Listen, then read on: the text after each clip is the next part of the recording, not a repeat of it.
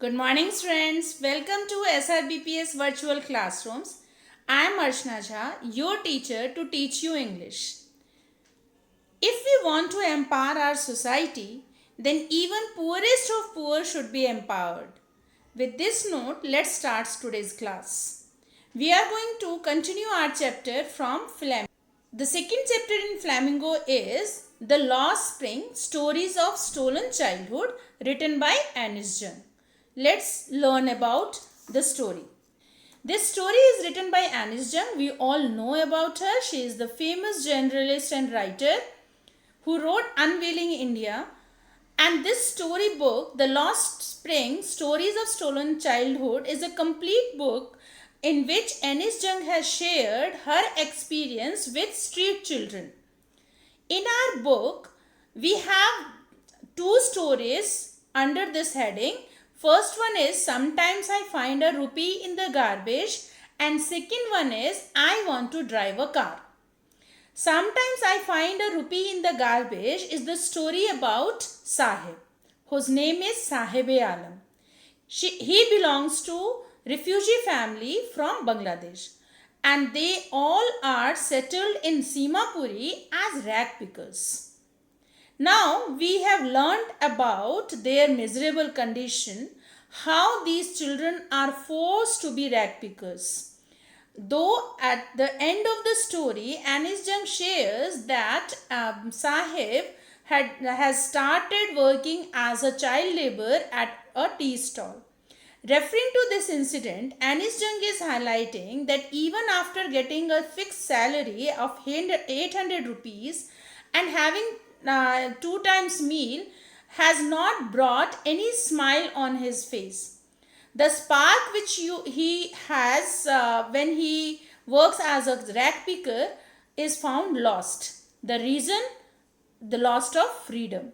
So here Anis Jung is trying to highlight that being child labor makes the condition or the life of these children worse than being a rag picker. Now the second story is I Want to Drive a Car. This story is settled in Firozabad, which is hub of glass bangles industry, and it is the story of young boy Mukesh. When Anis Jung meets Mukesh, he has that hope that he wants to drive car, right? Now let's see what actually he does. As Firozabad is known for bangle making, and this is the only occupation in Firozabad. Every family in Firozabad is engaged in making bangles from generations, right? They are forced to work nearby the furnaces with high temperature, and even that room is ill lit and ill ventilated. It is being estimated that if these people are aware of that child labor is an illegal act, and if it is implemented strictly, then more than 20,000 child laborers could be relieved. But unfortunately, these children are engaged in bangle making. They go for welding glasses, doing all kind of work required here. But in spite of this hard work, their living condition is very poor.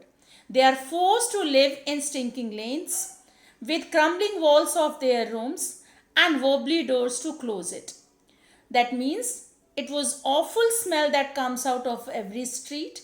Even the walls are not properly erected, and the doors were also not properly maintained. Not only the outside of the house, even inside, the family members are also living in miserable condition. And due to illiteracy and unawareness, many other evils also prevails. One of them we can see in Mukesh family. Now here is the introduction of another character of Mukesh family, who is wife of his elder brother. Now seeing their age, Anis Jung could easily guess that the practice of early marriage is prevailing in this community. The elder member of the family, father of Mukesh, earlier was a tailor, But instead of continuing his traditional business, he was forced to continue as a bangle maker. And after doing hard work also, he couldn't renovate his house and couldn't send his sons to school. Now, this is to indicate that their hard work never could enable them to meet their basic requirements, even. So, even the small desire to have a house properly maintained could not be fulfilled. Now, there was another reason why this kind of change could not be seen. When talking with grandmother of Mukesh, Anis discussed about this condition. Grandmother told that it is his karma, his destiny. Means these people have accepted this as destiny, and they have taken bangle making as per the plan of God, and which they couldn't break. So this mindset also and kept them entrapped in that condition.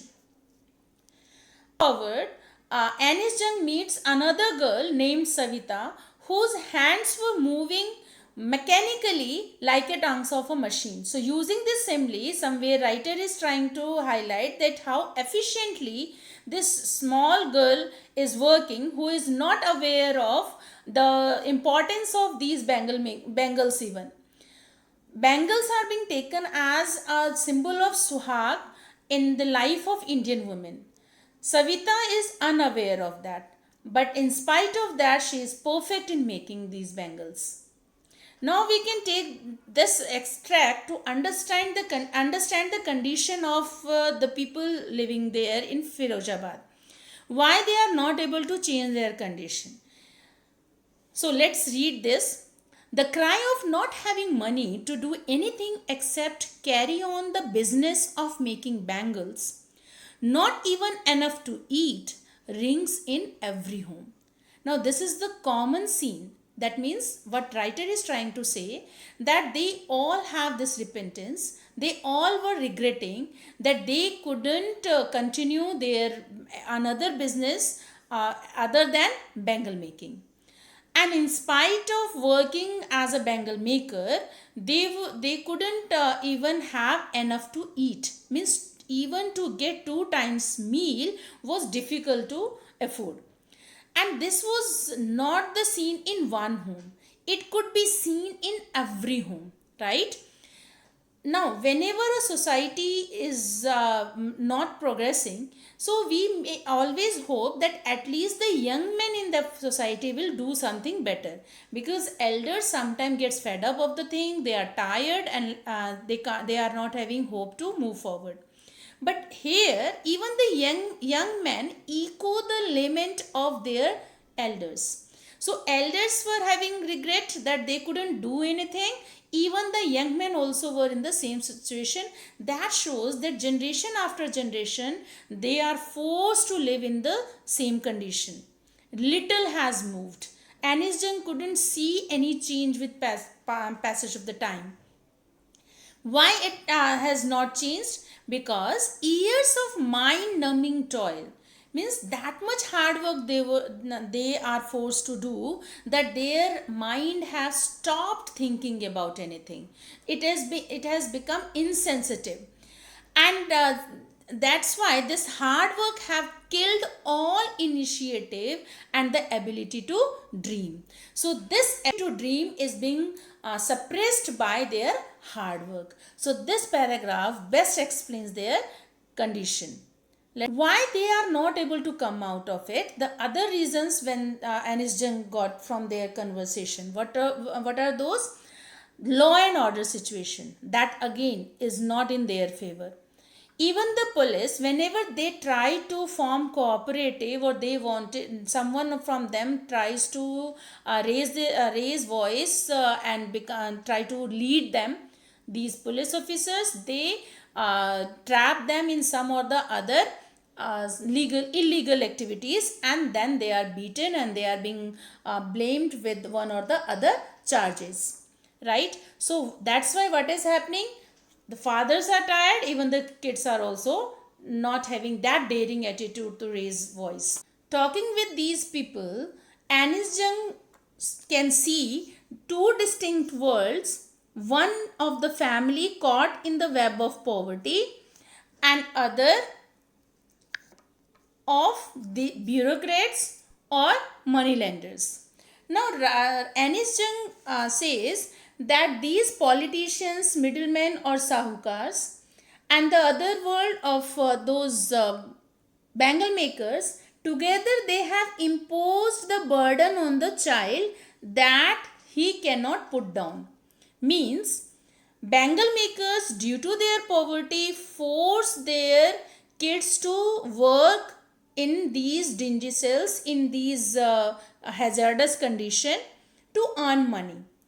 And these bureaucrats or moneylenders or middlemen, they force them to work or accept them as labor because children are cheap labors for them. So somewhere in between these two worlds, the future of the society, the life of the child there is sandwiched. Now here only Mukesh is the child who has this hope of changing his fate. Instead of following the work of bangle making, he has this desire to be a motor mechanic. And this only gives a hope that in future some changes can be brought in these societies, but yes, they require some support. So somewhere Anis Jung, with the introduction of these two stories, is trying to teach us that it's our responsibility to work together for their upliftment because they require this support. And the last line of the chapter is that few aeroplanes fly over Firozabad. This is a kind of comment, but metaphorically it depicts that this Firozabad is exposed to very little advancement. They are not exposed to the advanced world where now aeroplane is a usual scene. They are deprived of these aeroplanes, and that colors of the bangles are lying here and there. The whole Firozabad is colorful with these rainbow colors, but the life of these kids, those who are working in the flame of these flickering oil lamps, they are not able to see this, and often they lose their eyesight. So this is a paradoxical situation that is being described about, that those beautiful bangles are being made by these bangle makers, but they are not having any color in their own life, right?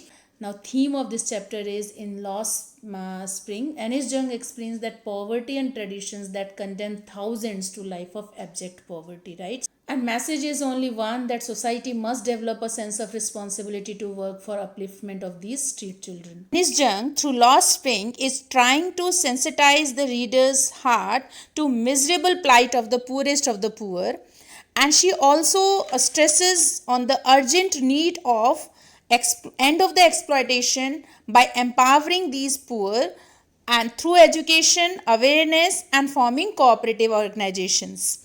So we must work collectively towards their upliftment. Then only we can bring change in our society. We have covered our second chapter of Flamingo. Hopefully all of you have understood. Rest of the things are being shared with you in Dropbox. Do your homework and just try to learn the message from this chapter whatsoever Anis Jung has shared.